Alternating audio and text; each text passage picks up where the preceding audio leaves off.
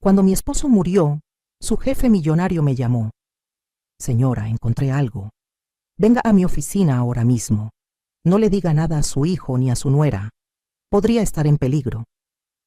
Cuando llegué, me quedé helada al ver quién estaba en la puerta. Me alegra tenerla aquí.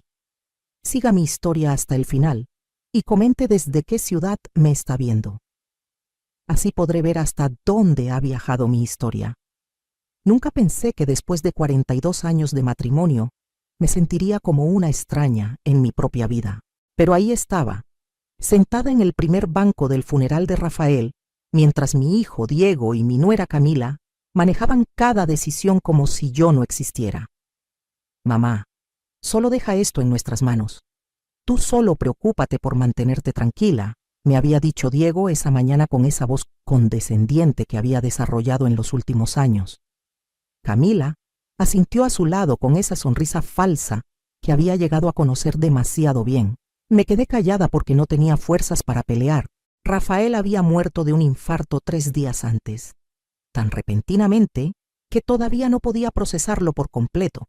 Un momento estaba desayunando conmigo hablando sobre el viaje que quería hacer a las playas de Oaxaca en primavera, y al siguiente lo encontré desplomado en el garaje. Observé a la gente llenando la iglesia de San Miguel, los compañeros de trabajo de Rafael, vecinos, algunos parientes lejanos. Todos se acercaban a Diego y Camila para ofrecer condolencias como si fueran ellos los que habían enviudado. Yo era solo una anciana de 65 años que necesitaba ser protegida del trauma. La abuela está muy frágil, escuché a Camila susurrar a alguien. Diego y yo nos estamos encargando de todo. Frágil. Esa palabra dolió más que cualquier condolencia vacía. Rafael nunca me vio como frágil. Para él, yo era Beatriz, su compañera, su igual. Pero desde que Diego se casó con Camila hace 5 años, todo había cambiado gradualmente. Durante el servicio noté algo extraño. Diego parecía más aliviado que afligido. Cada vez que alguien se acercaba a consolarlo, respondía con una compostura que bordeaba la indiferencia. Camila, por su parte, tenía lágrimas en los ojos, pero algo en su expresión se sentía calculado, como si estuviera dando una actuación. Después del entierro, en la casa que Rafael y yo habíamos compartido durante tantos años, la gente se reunió para el almuerzo que Camila había organizado. Me senté en mi silla favorita junto a la ventana, observando a mi nuera manejar todo como si fuera su propia casa. Beatriz, deberías ir a descansar, sugirió Camila acercándose a mí con una taza de té que no había pedido. Ha sido un día muy largo para ti. Estoy bien aquí, respondí, pero mi voz sonó más débil de lo que pretendía. Diego se acercó y se sentó en el sofá frente a mí. Mamá, Camila y yo hemos estado hablando. No creemos que debas quedarte en esta casa sola. Es demasiado grande para ti, y después de lo que pasó con papá. Mi sangre se heló. ¿De qué estás hablando? Bueno, continuó Diego intercambiando una mirada con Camila. Hay unas comunidades de retiro muy bonitas donde estarías más segura, con gente de tu edad, actividades. No voy a ir a ningún asilo, dije sintiendo que la indignación me daba fuerzas que no sabía que tenía. Camila se sentó junto a mí, tomando mi mano con una suavidad que encontré insoportable. No es un asilo, Beatriz. Son residencias de lujo para adultos mayores, y podríamos visitarte todos los fines de semana. Esta es mi casa, murmuré, pero ya sentía mi determinación desmoronarse bajo sus miradas compasivas. La conversación fue interrumpida por el teléfono sonando. Diego se levantó para contestar, y pude escuchar su voz desde la cocina, aunque no las palabras exactas. Cuando regresó, su expresión había cambiado. Era alguien de la oficina de papá, dijo con tono molesto. Querían hablar contigo sobre unos papeles. ¿Qué papeles?, pregunté. No sé. Le dije que estabas indispuesta, que podían arreglar cualquier cosa conmigo. Algo en su tono me molestó. Diego, tu padre trabajó en esa empresa durante 32 años. Si quieren hablar conmigo sobre algo, tengo derecho a escucharlo.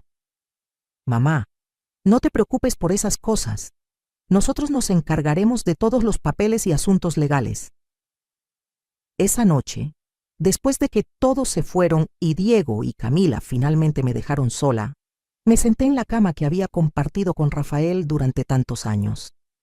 La casa estaba demasiado silenciosa, llena de recuerdos que ahora se sentían distantes. Fue entonces cuando mi celular sonó. El número era desconocido. Señora Beatriz Morales, dijo una voz de hombre al otro lado de la línea. Soy Alejandro Mendoza, el jefe de su esposo en Corporativo Monterrey. Señor Mendoza, respondí recordando el nombre. Rafael había mencionado a su jefe varias veces, siempre con respeto. Señora, lamento mucho su pérdida. Rafael era un hombre extraordinario y todos en la oficina lo valoraban inmensamente. Gracias, murmuré. Hubo una pausa y luego su voz se volvió más seria. Señora Morales, necesito verla urgentemente. Hay algo que debe saber sobre los últimos meses de vida de su esposo. Algo importante. Mi corazón empezó a latir más rápido. ¿Qué tipo de cosa? No puedo hablar por teléfono. Puede venir a mi oficina mañana por la mañana. Y señora, es crucial que no le diga nada a su hijo ni a su nuera sobre esta conversación. Rafael fue muy específico al respecto. El aire se atascó en mis pulmones. ¿Por qué? ¿Qué está pasando? Por favor, señora Morales, venga mañana a las 10 de la mañana. Su esposo me pidió que si algo le pasaba, me asegurara de hablar con usted, pero solo con usted. La línea se cortó y me quedé sentada en la oscuridad, sosteniendo el teléfono con manos temblorosas. Rafael había anticipado su muerte.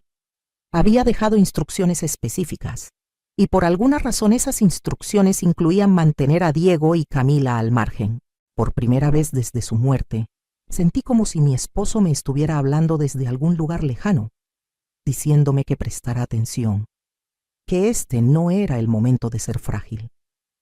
Algo estaba terriblemente mal, y yo era la única que podía descubrirlo. A la mañana siguiente me desperté con una determinación que no había sentido en meses. Por primera vez desde la muerte de Rafael, tenía un propósito claro. Me vestí con cuidado, eligiendo el traje azul marino que Rafael siempre decía que me hacía ver elegante y fuerte. Diego llamó temprano como lo había estado haciendo desde el funeral. ¿Cómo dormiste, mamá? Camila y yo estábamos pensando que tal vez deberías quedarte con nosotros unos días. Estoy bien, hijo, respondí tratando de sonar normal. De hecho, tengo que salir esta mañana. Hubo una pausa. ¿Salir a dónde? Mi mente trabajó rápidamente. A la farmacia. Se me acabaron mis pastillas para la presión. Puedo traerte las pastillas. No necesitas salir. Diego, puedo manejar hasta la farmacia. No soy una inválida. Su suspiro fue audible a través del teléfono. Está bien, pero ten cuidado. Y si necesitas algo, llámanos inmediatamente. Conduje al centro con las manos apretadas en el volante. El edificio de Corporativo Monterrey era una torre de vidrio de 25 pisos que siempre me había intimidado un poco. Rafael trabajaba en el piso 18, en el departamento de auditoría interna. La recepcionista me guió al piso ejecutivo donde nunca había estado. La oficina de Alejandro Mendoza era impresionante.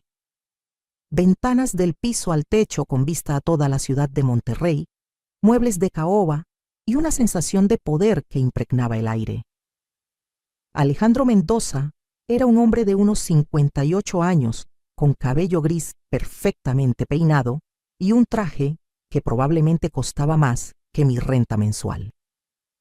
Se puso de pie cuando entré y vi preocupación genuina en sus ojos. Señora Morales, gracias por venir. Por favor, tome asiento. Me acomodé en una de las sillas de cuero frente a su escritorio, sintiéndome como si estuviera en territorio desconocido. Primero que nada, Alejandro comenzó. Quiero que sepa que su esposo era uno de nuestros empleados más valiosos. En 32 años nunca tuvimos una sola queja sobre su trabajo. Gracias, murmuré, aunque algo en su tono me decía que esto era solo el preámbulo. Alejandro se levantó y caminó hacia un archivo detrás de su escritorio.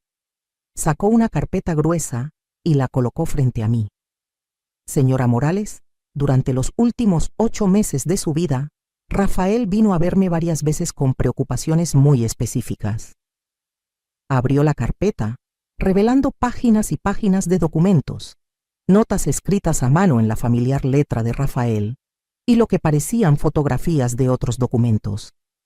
¿Preocupaciones sobre qué? Alejandro me miró directamente a los ojos. Sobre su familia. Sentí como si el piso se hubiera movido bajo mis pies. Mi familia.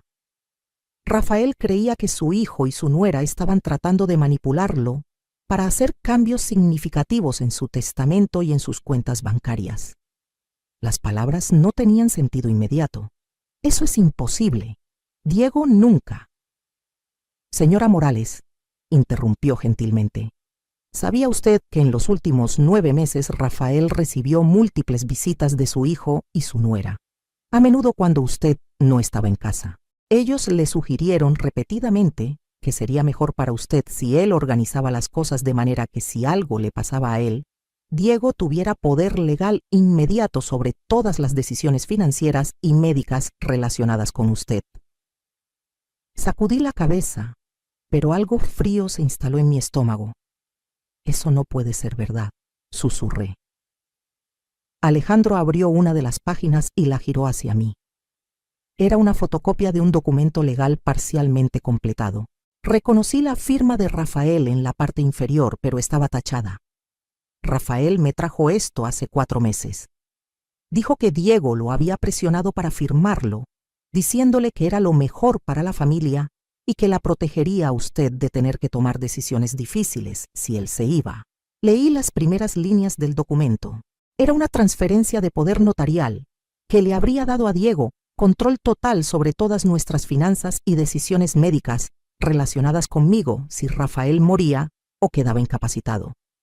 Pero no lo firmó, observé. No. Y eso es lo que empezó a preocupar a Rafael. Según me contó, cuando se negó a firmarlo, Diego se molestó mucho. Le dijo que estaba siendo egoísta, que no estaba pensando en lo que sería mejor para usted. Mi mente comenzó a hacer conexiones que no quería hacer. Recordé las visitas de Diego y Camila durante el último año, cómo siempre parecían estar susurrando sobre algo cuando yo entraba a la habitación. Hay más, continuó Alejandro pasando a otra página. Rafael también me dijo que Camila había comenzado a sugerir que usted estaba mostrando signos de confusión, de pérdida de memoria, que, al parecer ella había empezado a comentar tanto a Rafael como a Diego que usted estaba repitiendo historias, olvidando conversaciones, que tal vez necesitaba supervisión médica más cercana. Sentí como si me hubieran golpeado. Yo no estoy. Mi memoria está perfectamente bien. Rafael lo sabía. Por eso empezó a documentar todo.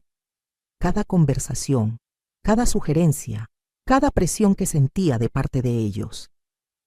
Alejandro pasó varias páginas más mostrándome notas detalladas en la mano de Rafael. Fechas, horas, conversaciones transcritas. Mi esposo había estado llevando un registro meticuloso de lo que ahora parecía ser una campaña sostenida para socavar mi confianza y obtener control sobre nuestras vidas. ¿Por qué no me dijo nada? Pregunté sintiendo lágrimas que no sabía que tenía. Me dijo que no quería preocuparla hasta que estuviera seguro de lo que estaba pasando. Esperaba estar equivocado. Justo entonces, un golpe fuerte sonó en la puerta de la oficina. Alejandro y yo nos giramos y mi corazón se detuvo cuando vi quién entró. Diego y Camila estaban parados en el umbral, sus expresiones una mezcla de sorpresa y algo más oscuro. «Mamá», dijo Diego, y su voz tenía un tono que nunca había escuchado antes. «¿Qué estás haciendo aquí?» Camila dio un paso adelante con esa sonrisa condescendiente que ahora reconocía como una máscara. «Beatriz, estábamos tan preocupados cuando no pudimos encontrarte en casa. ¿Por qué no nos dijiste que venías aquí?» Alejandro se levantó lentamente y pude ver tensión en cada línea de su cuerpo. «Señor Morales», Señora Morales, esta es una conversación privada entre su madre y yo. Agradecería que respetaran eso. Camila soltó una risa forzada. Con todo respeto, señor Mendoza, Beatriz ha estado muy frágil desde la muerte de Rafael. No creemos que sea apropiado que tome decisiones importantes sin supervisión familiar. Supervisión familiar, repetí, sintiendo la indignación subir en mi pecho. Tengo 65 años. No soy una niña. Diego intercambió una mirada con Camila que no me pasó desapercibida. Era la misma mirada que habían compartido en el funeral, cargada de un significado que no entendía. Por supuesto que no eres una niña, mamá, dijo Diego, pero su tono era el mismo que usaría con un niño difícil. Solo queremos protegerte de personas que podrían aprovecharse de tu dolor. Miré a Alejandro, quien había permanecido en silencio observando el intercambio con expresión seria. Luego miré la carpeta cerrada sobre el escritorio, sabiendo que contenía información que cambiaría todo. Alejandro, dije, usando su nombre deliberadamente, ¿podrías darme unos minutos para hablar con mi hijo y mi nuera? Él asintió. Por supuesto, estaré justo afuera. Una vez que salió, el aire en la habitación cambió completamente. Diego se relajó visiblemente, como si hubiera ganado algo importante. Mamá, no sé qué te ha estado diciendo ese hombre, pero tienes que entender que la gente puede ser muy manipuladora cuando hay dinero de por medio. ¿Dinero?, pregunté. Camila se sentó en la silla junto a mí. Beatriz, cariño, sabemos que Rafael tenía una póliza de seguro de vida considerable y con la casa y sus ahorros, hay personas inescrupulosas que se aprovechan de las viudas. Algo frío se instaló en mi estómago. ¿Cómo saben ustedes dos sobre el seguro de vida de Rafael? Diego y Camila intercambiaron otra de esas miradas cargadas. Bueno, dijo Diego, viéndose incómodo por primera vez. Papá lo mencionó hace unos meses cuando estábamos hablando sobre asegurarse de que estuvieras cuidada si algo le pasaba. Curioso, dije lentamente, porque Rafael nunca me mencionó esas conversaciones. El silencio se extendió entre nosotros. Fue entonces cuando escuché un sonido que detuvo mi mundo por completo. Una tos que reconocería en cualquier parte del mundo.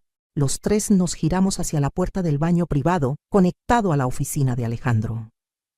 La puerta se abrió lentamente y una figura emergió que hizo que mi corazón se detuviera y luego comenzara a latir tan fuerte que pensé que saltaría de mi pecho. Rafael, mi esposo, el hombre que había enterrado 4 días antes, estaba parado ahí, vivo, respirando, mirándome con una mezcla de amor y disculpa en sus ojos. «Hola, Beatriz», dijo suavemente. Creo que grité. No estoy segura. Lo que sí recuerdo es que el mundo empezó a girar a mi alrededor, y si Rafael no hubiera corrido hacia mí, me habría caído de la silla. «¿Qué? ¿Cómo?», balbuceé tocando su cara con manos temblorosas para asegurarme de que era real. Detrás de nosotros escuché a Camila soltar un jadeo y a Diego murmurar una palabra que prefiero no repetir. Rafael me sostuvo con cuidado, sus manos familiares estabilizándome como lo habían hecho durante 42 años. Lo siento, mi amor. Siento mucho haberte hecho pasar por esto. Pero era la única manera. ¿La única manera de qué?, pregunté, aunque una parte de mí ya estaba comenzando a entender. Rafael miró a Diego y Camila, y su expresión se endureció de una manera que nunca había visto antes. La única manera de protegerte de ellos. Diego encontró su voz primero. Esto es imposible. Estás muerto. Te vimos. Hubo un funeral. Hubo un certificado de defunción. Rafael se enderezó, pero mantuvo un brazo protector alrededor de mí. Hubo un certificado de defunción falsificado con ayuda de un médico muy discreto y un director de funeraria que debía algunos favores. Alejandro me ayudó a organizar todo. ¿Pero por qué?, susurré. Rafael me miró tiernamente antes de dirigirse a Diego y Camila nuevamente. Porque descubrí lo que estaban planeando. Camila se puso pálida. No sé de qué estás hablando. No, dijo Rafael caminando hacia el escritorio y abriendo la carpeta que Alejandro había cerrado. Entonces no reconoces esto. Sacó una serie de documentos y los colocó sobre el escritorio. Incluso desde donde estaba sentada, podía ver que eran copias de correos electrónicos, mensajes de texto y lo que parecían grabaciones transcritas. Mamá está empezando a mostrar signos de demencia. Creo que deberías considerar la posibilidad de que necesite cuidado de tiempo completo pronto. Si papá firma los documentos que preparé para él, podemos asegurarnos de que tenga el mejor cuidado posible cuando llegue el momento. Rafael leyó en voz alta del documento. Mi hijo se había puesto completamente blanco. Rafael continuó leyendo. Camila estuvo de acuerdo, y mientras más pronto mejor. Solo la casa vale casi 7 millones de pesos, y eso sin contar sus ahorros del retiro. Me senté pesadamente sintiendo como si hubiera recibido un golpe físico. Habían estado planeando declararme incompetente. Habían estado calculando el valor de nuestra casa, de nuestros ahorros. Esto está sacado de contexto, dijo Diego desesperadamente. Estábamos preocupados por mamá. Solo queríamos asegurarnos de... ¿Asegurarse de qué?, interrumpió Rafael. De que pudieran controlar su vida, de que pudieran declararla incompetente y ponerla en una institución mientras vendían la casa y gastaban nuestros ahorros. Camila se levantó abruptamente.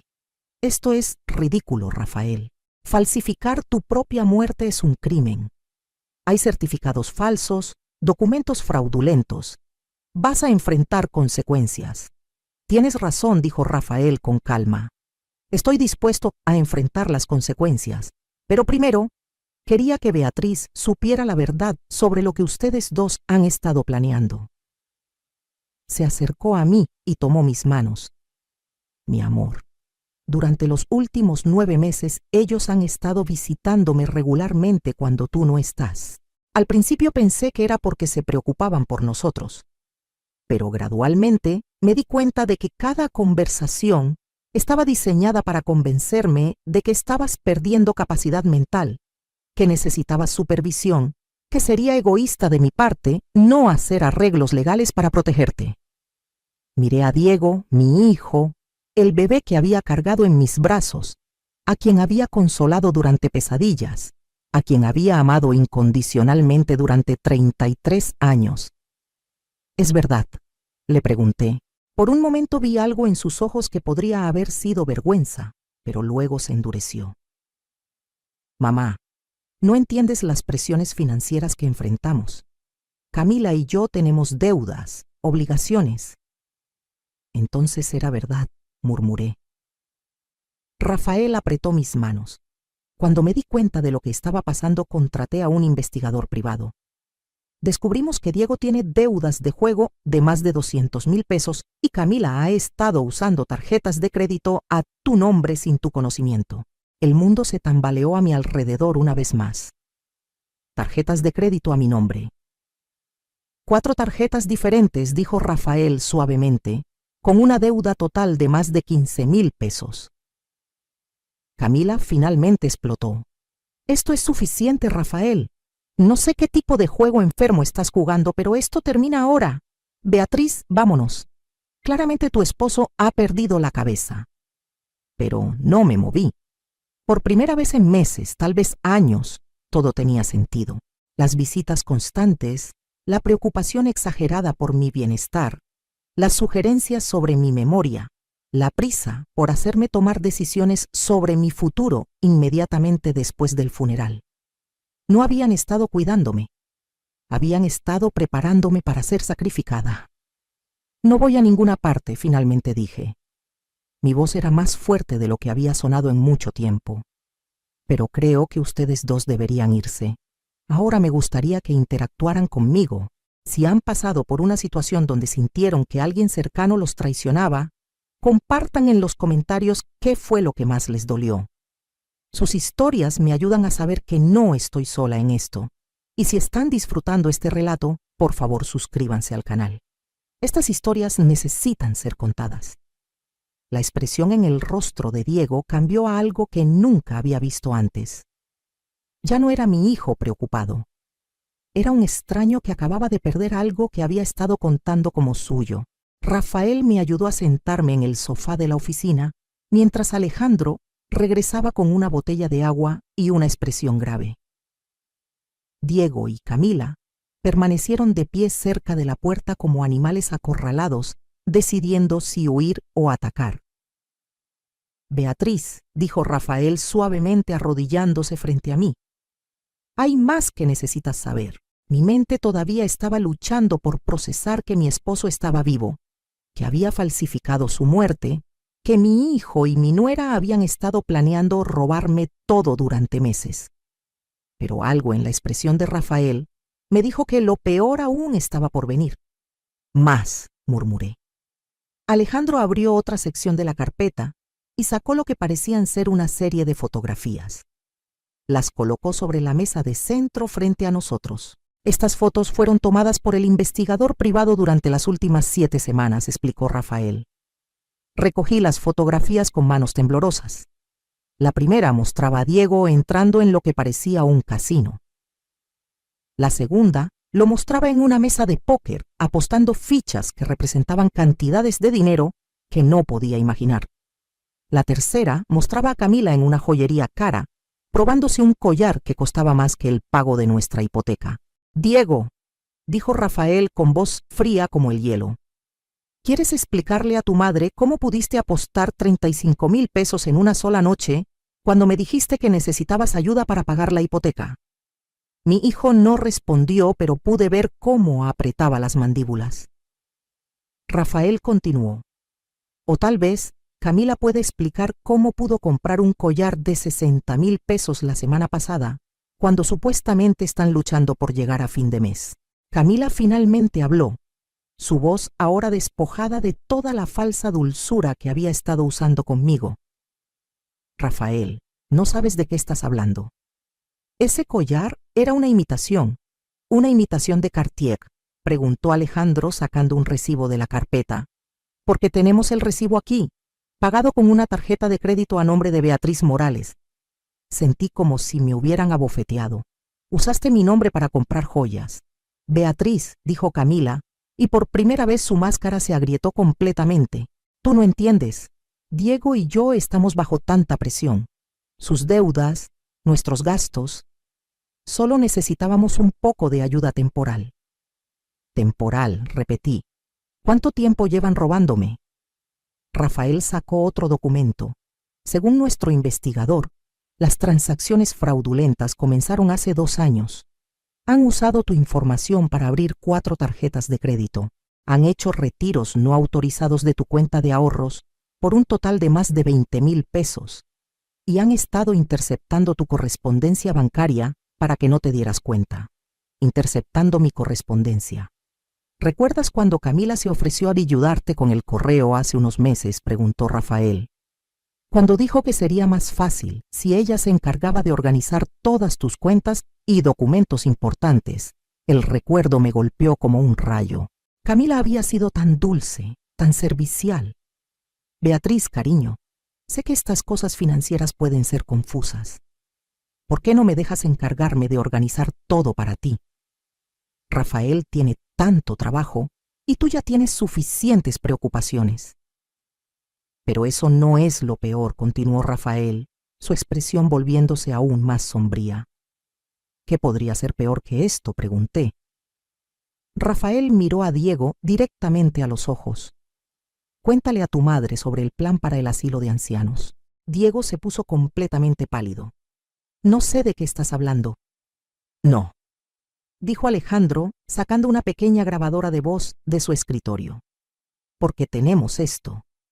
Presionó el botón de reproducción y la voz de Diego llenó la oficina. Era una conversación telefónica, probablemente grabada sin su conocimiento. Camila, necesitamos acelerar el cronograma. Papá está empezando a hacer preguntas y mamá no está actuando tan confundida como esperábamos. La voz de Camila respondió desde la grabadora. Ya hablé con la directora de Las Palmas Doradas. Dijiste que tienes los documentos médicos que necesitamos. Los documentos falsos están listos, respondió Diego. Una vez que mamá esté institucionalizada, podremos vender la casa de inmediato. El mercado está bueno ahora mismo. Sentí como si estuviera cayendo de un precipicio. Documentos médicos falsos. La grabación continuó. ¿Y si Rafael se opone?, preguntó Camila. Rafael no va a ser un problema por mucho más tiempo, respondió Marcus, y algo en su tono hizo que mi sangre se helara. Rafael pausó la grabación y me miró con ojos llenos de dolor. Esa conversación fue grabada hace 4 semanas, Beatriz. 4 semanas antes de mi muerte. El silencio en la oficina era ensordecedor. Miré a Diego tratando de encontrar alguna explicación, alguna manera de que esto no fuera lo que parecía. Rafael no iba a ser un problema por mucho más tiempo, repetí lentamente. ¿Qué significa eso, Diego? Mi hijo finalmente habló, pero su voz era la de un extraño.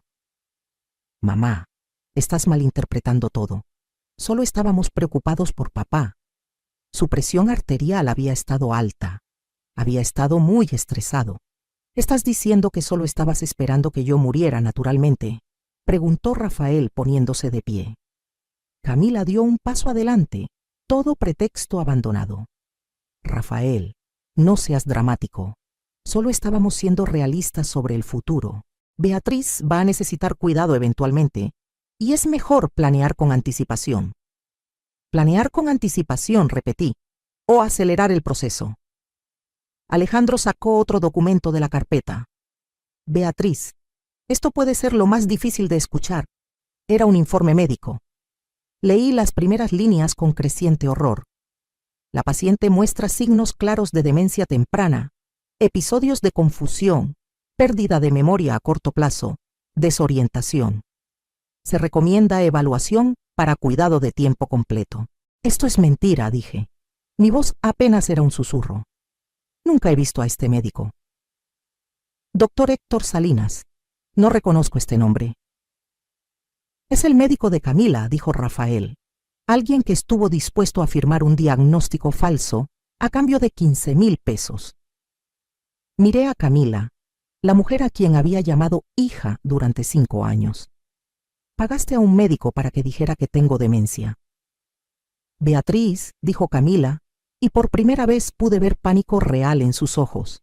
Tienes que entender. Estábamos tratando de protegerte.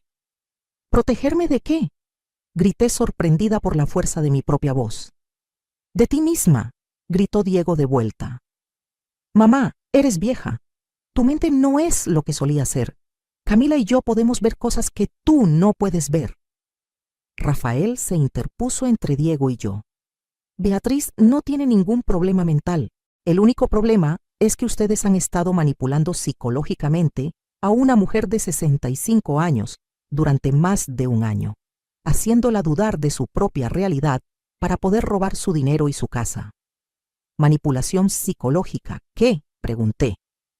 Gaslighting, explicó Alejandro. Es una forma de manipulación psicológica donde alguien te hace dudar de tu propia percepción de la realidad. Rafael se sentó junto a mí y tomó mis manos. Mi amor, ¿recuerdas hace unos meses cuando no podías encontrar las llaves de tu coche? Y Camila sugirió que tal vez las habías perdido porque tu memoria no era lo que solía ser. Asentí. Había sido muy angustiante. Encontramos las llaves en el bolso de Camila, dijo Rafael suavemente. Ella las había tomado. ¿Y recuerdas cuando no podías encontrar tu medicamento para la presión? Y Diego dijo que probablemente habías olvidado dónde lo pusiste. Mi corazón comenzó a latir más rápido. Sí, también estaba en el coche de Diego. Una por una, Rafael comenzó a explicar situaciones que yo había interpretado como señales de mi deterioro mental. El día que no pude encontrar mi bolso, la vez que llegué tarde a una cita porque estaba segura de que eras a otra hora, las ocasiones en que no pude recordar conversaciones que estaba segura de haber tenido. Todas habían sido orquestadas. Durante meses, dijo Rafael, te han estado haciendo dudar sistemáticamente de tu propia mente, preparando el terreno para declararte incompetente. Miré a Diego y Camila.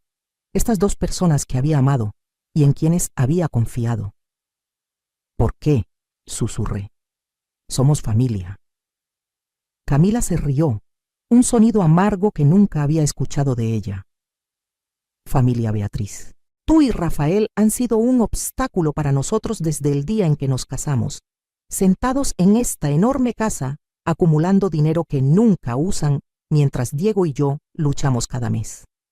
Nunca nos pidieron ayuda, dije débilmente. No queríamos tu ayuda, dijo Diego. Queríamos lo que nos corresponde por derecho, lo que les corresponde por derecho. Somos tu familia, explotó Diego. Esa casa debería ser nuestra. Ese dinero debería ser nuestro. Vas a morir pronto de todos modos. El silencio que siguió a esas palabras fue absoluto. En ese momento supe que había perdido a mi hijo para siempre. La persona parada frente a mí era un extraño que había estado usando mi amor en mi contra, contando los días hasta mi muerte para poder cobrar. Pero también supe algo más. Por primera vez en más de un año mi mente estaba completamente clara. No estaba confundida. No tenía demencia. Era la víctima de una conspiración cruel y sistemática, llevada a cabo por las dos personas en las que más confiaba. Y ahora que sabía la verdad, nunca volvería a ser la misma. Los siguientes días fueron una montaña rusa emocional que nunca olvidaré. Rafael se quedó en un hotel discreto mientras Alejandro nos ayudaba a navegar las complicaciones legales de su resurrección. Regresé a casa, pero por primera vez en meses no me sentía como una prisionera en mi propia vida. Diego y Camila habían salido de la oficina de Alejandro ese día en estado de shock y furia. No había tenido noticias de ellos durante 60 horas hasta que aparecieron en mi puerta un miércoles por la mañana. Los vi llegar desde la ventana de la sala. Diego caminaba con esa determinación que reconocía de su infancia cuando había hecho algo malo, y estaba decidido a convencerme de que no era su culpa. Camila lo seguía, pero algo en su postura me decía que la estrategia esta vez sería diferente. Abrí la puerta antes de que pudieran tocar el timbre. «Hola, mamá», dijo Diego, y su voz tenía esa calidad cuidadosamente controlada que usaba cuando trataba de manejar una situación difícil. «Diego, Camila». Mi voz sonó más fría de lo que pretendía, pero no traté de suavizarla. «¿Podemos entrar?», preguntó Camila. «Necesitamos hablar». Los dejé entrar, pero no los invité a sentarse. Nos quedamos parados en la sala que había sido testigo de tantas reuniones familiares felices, y ahora se sentía como un campo de batalla. «Mamá», comenzó Diego, «he estado pensando mucho sobre lo que pasó en la oficina. Estoy segura de que sí». Camila dio un paso adelante. «Beatriz, creo que hay muchos malentendidos aquí. Sí, Diego y yo hemos estado preocupados por tu bienestar, pero todo lo que hicimos fue con las mejores intenciones». «Las mejores intenciones», repetí, «como usar mi nombre para abrir tarjetas de crédito». «Esas tarjetas eran para emergencias», dijo Diego rápidamente. «Gastos que pudieran surgir relacionados con tu cuidado, como un collar de 60,000 pesos. Camila suspiró. «Está bien, cometí un error, pero Beatriz, tienes que entender la presión bajo la que hemos estado. Las deudas de Diego, nuestros gastos». «Tus deudas no son mi responsabilidad», dije sorprendida de lo fácil que era decir esas palabras. Diego cambió de táctica. «Mamá, papá te está manipulando. ¿No te parece extraño que falsificaría su propia muerte? ¿Qué tipo de hombre hace eso? El tipo de hombre que está tratando de proteger a su esposa de un hijo que está planeando robarle todo». «No estábamos robando», explotó Diego. «Esa casa, ese dinero, eventualmente iba a ser nuestro de todos modos. Solo estábamos tratando de acelerar el proceso porque necesitábamos ayuda». La brutal honestidad de esa declaración me dejó sin palabras por un momento. «Diego», finalmente dije, «me estás diciendo que has estado esperando que Rafael y yo muriéramos para poder tener nuestro dinero. No suena así». Camila intervino desesperadamente. «Todas las familias planean para el futuro. Las familias no planean declarar a sus padres incompetentes con diagnósticos médicos falsos». Camila se puso pálida. Eso era solo una precaución en caso de que realmente necesitaras cuidado en el futuro. Una precaución por la que pagaste 15,000 pesos. Diego se pasó las manos por el cabello, una señal de que estaba perdiendo la paciencia. Mamá, escúchate. Te has vuelto paranoica. Papá te está llenando la cabeza de ideas locas. Ideas locas, repetí, como la idea de que merezco vivir en mi propia casa sin que nadie trate de declararme demente. Nadie está tratando de declararte demente, gritó Diego. Caminé al teléfono y marqué un número que había memorizado. ¿Qué estás haciendo?, preguntó Camila. Llamando a Rafael, respondí. Creo que debería estar aquí para esta conversación. Mamá, no, dijo Diego, pero ya era demasiado tarde. Soy su hijo. Eres nuestro hijo, dijo Rafael, y siempre serás nuestro hijo. Pero eso no te da derecho a manipularnos, robarnos y planear declarar a tu madre incompetente para robar su herencia mientras aún está viva. Camila se levantó también. Esto es ridículo, no pueden simplemente desheredarnos. Ya contactamos a nuestro abogado, dije levantándome también. El testamento de Rafael ha sido modificado. Todas las cuentas conjuntas han sido separadas. Tu nombre ha sido removido como beneficiario de cualquier póliza de seguro. ¿Qué?, gritó Diego. Eso es todo nuestro. Eso era nuestro futuro. Tu futuro debería basarse en tu propio trabajo, no en esperar a que tus padres mueran, dijo Rafael. Camila se acercó a mí con ojos llameantes. Beatriz, no puedes estar de acuerdo con esto. Somos familia. Diego es tu único hijo. Si nos cortas completamente lo vas a lamentar. ¿Es una amenaza?, preguntó Rafael dando un paso protector hacia mí. Camila se echó hacia atrás. No, solo estoy diciendo que las familias se perdonan mutuamente. Diego nos miró a ambos y pude ver algo quebrarse en su expresión. Finalmente entendí que realmente lo decían en serio. Muy bien, dijo con voz helada. Si así es como quieren ser, que así sea. Pero no vengan llorando cuando se den cuenta de que nos necesitan. No los necesitamos, dije. Y fue la verdad más liberadora que había dicho en años. Los dos se dirigieron a la puerta, pero Diego se detuvo en el umbral. ¿Saben qué? Voy a luchar contra esto. Voy a conseguir un abogado y voy a demostrar que papá te manipuló, que no estabas en tu sano juicio cuando hiciste estos cambios. Hazlo, dijo Rafael con calma. Tenemos documentación completa de todo lo que has hecho. Correos electrónicos, mensajes de texto, grabaciones de audio, recibos de las tarjetas de crédito fraudulentas, evidencia de las deudas de juego. Si quieres llevar esto a la corte, estaremos encantados de presentar toda la evidencia públicamente. Diego se puso pálido. La puerta se cerró detrás de ellos y me desplomé en el sofá sintiendo como si acabara de correr un maratón. Rafael se sentó junto a mí y nos quedamos en silencio durante mucho tiempo. ¿Hice lo correcto?, pregunté finalmente. Rafael tomó mi mano. Lo hiciste. Sé que duele, pero tenías que protegerte. Pero es mi hijo. Lo sé, mi amor, dijo suavemente, y siempre será tu hijo. Pero eso no significa que tengas que dejar que te lastime. Las lágrimas que había estado conteniendo finalmente comenzaron a caer.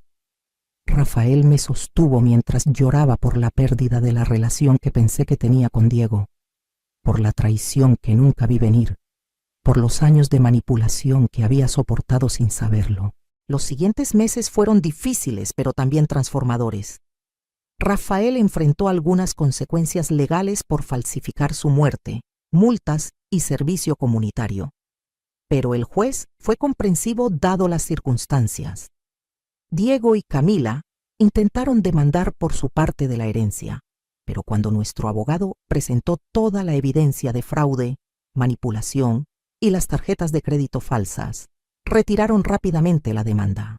La amenaza de cargos criminales en su contra fue suficiente para hacerlos desistir.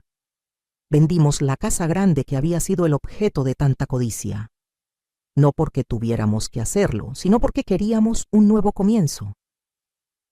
Compramos un apartamento más pequeño en un vecindario encantador cerca del centro de Guadalajara, con vista a las montañas y suficiente espacio para nosotros dos.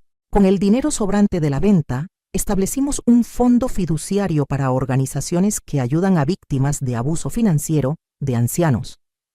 Si mi dolor podía ayudar a proteger a alguien más, entonces al menos tendría algún propósito. Hice terapia, mucha terapia.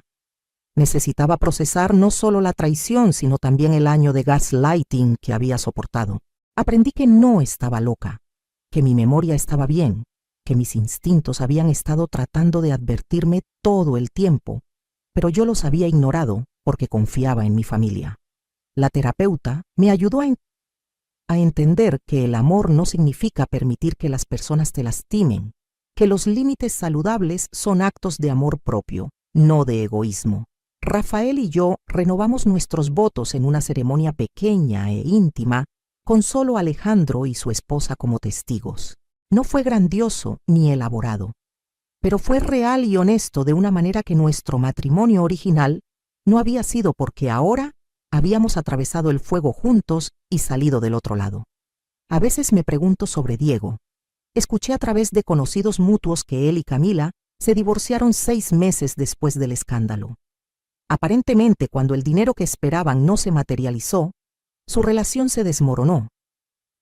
Diego está trabajando ahora, un trabajo real, tratando de pagar sus deudas. Parte de mí quiere alcanzarlo, reconstruir algo de lo que perdimos. Pero mi terapeuta me recuerda que el perdón no significa reconciliación, que puedo desearle bien sin invitarlo de nuevo a mi vida. Tal vez algún día, cuando haya hecho el trabajo real de cambiar, cuando haya mostrado a través de años de acciones consistentes que es diferente, tal vez entonces podamos tener algún tipo de relación. Pero por ahora, mi trabajo es protegerme, amarme y construir una vida que sea mía en mis propios términos. Una tarde, 6 meses después de todo, estaba sentada en el balcón de nuestro nuevo apartamento viendo el atardecer sobre Guadalajara. Rafael salió con 2 tazas de té y se sentó junto a mí. ¿En qué estás pensando?, preguntó. En lo extraño que es, respondí. Por meses me hicieron creer que estaba perdiendo la cabeza, que mi mente me estaba fallando. Y ahora me siento más clara, más fuerte, más yo misma de lo que he estado en años. Rafael sonrió. ¿Sabes qué es eso? ¿Qué? Eso es lo que sucede cuando finalmente te das permiso de confiar en ti misma. Tenía razón. Durante tanto tiempo había dejado que otros definieran mi realidad, primero por amor y confianza, luego por miedo y confusión. Pero ahora, finalmente, confiaba en mi propia mente, mis propias percepciones, mi propio valor. Recibí una carta de Diego hace 2 semanas. No la he abierto todavía. Está en mi escritorio esperando el momento en que me sienta lo suficientemente fuerte para leer lo que sea que tenga que decir. Tal vez mañana, tal vez la próxima semana, tal vez nunca. La decisión es mía y eso en sí mismo es poderoso. Rafael me preguntó si quería que estuviera conmigo cuando la abriera. Le dije que no lo sabía todavía, y él asintió, aceptando que esta era mi decisión para tomar en mi propio tiempo. Esa es la cosa sobre la recuperación de este tipo de traición. No es lineal, no es rápida, y no hay un final claramente definido. Algunos días me siento completamente curada, fuerte e invencible.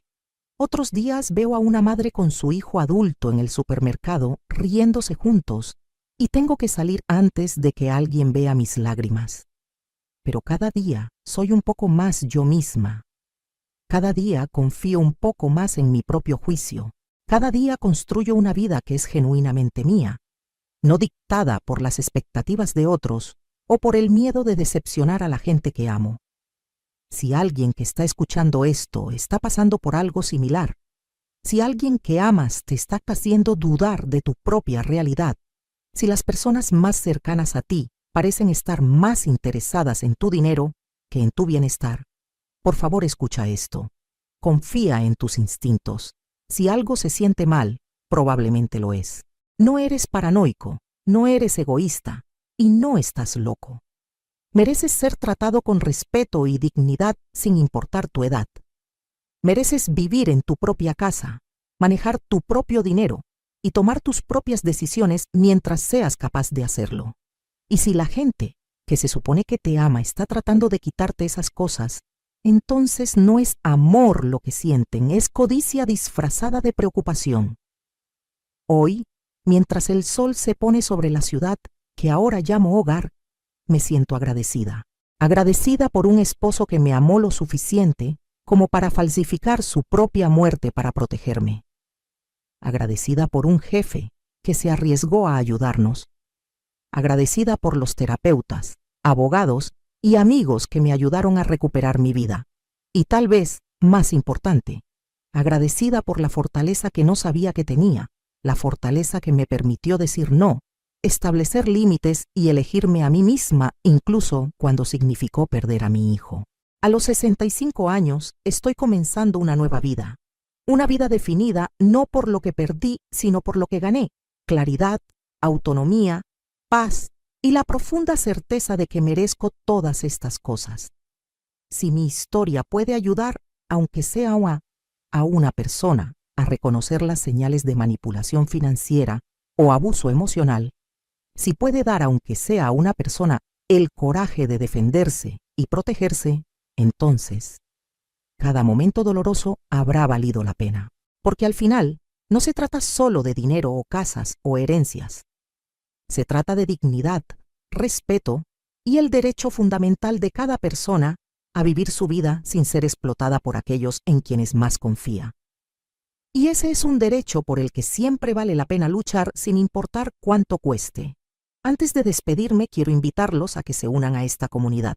Si esta historia resonó con ustedes, si les hizo reflexionar o si simplemente disfrutaron escuchándola, les pido que se suscriban a este canal. Aquí compartimos historias reales de personas que enfrentaron traiciones, injusticias y momentos difíciles, pero que encontraron la fuerza para salir adelante. Sus historias también importan. En los comentarios me encantaría que compartieran qué aprendieron de este relato o si alguna vez han pasado por una situación donde tuvieron que poner límites con alguien que amaban. A veces el solo hecho de contar nuestra historia nos ayuda a sanar y al mismo tiempo puede ser la luz que alguien más necesita para encontrar su propio camino. Compartan este video con alguien que crean que necesita escucharlo. Nunca sabemos quién puede estar pasando por algo similar en silencio. Gracias por acompañarme hasta el final de esta historia. Nos vemos en el próximo video y recuerden, nunca es tarde para recuperar tu vida y tu dignidad.